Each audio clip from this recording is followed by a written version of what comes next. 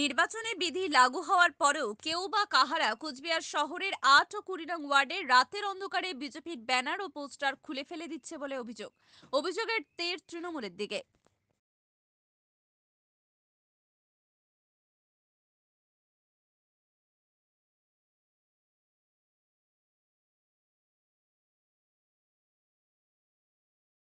নমস্কার।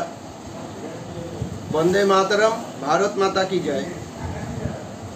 আপনারা একটা জিনিস লক্ষ্য করবেন, আমি ভারতীয় জনতা পার্টির পক্ষ থেকে বলছি, উত্তর শহর মণ্ডলের সভাপতি, যে এই আসন্ন লোকসভা নির্বাচনে যে প্রচার চলছে তাতে একটি ভিডিওতে দেখা যাচ্ছে যে ৮ নম্বর এবং ২০ নম্বর ওয়ার্ডে তৃণমূলের কিছু দুষ্কৃতীরা রাতের অন্ধকারে ভারতীয় জনতা পার্টির যে সমস্ত পতাকা লাগানো ছিল প্রচারের অঙ্গ হিসাবে, সেই সমস্ত পতাকাগুলোকে ফেলে দিচ্ছে খুলে, এবং তার জায়গায় নিজেদের দলীয় পতাকা গুঁজে দিচ্ছে।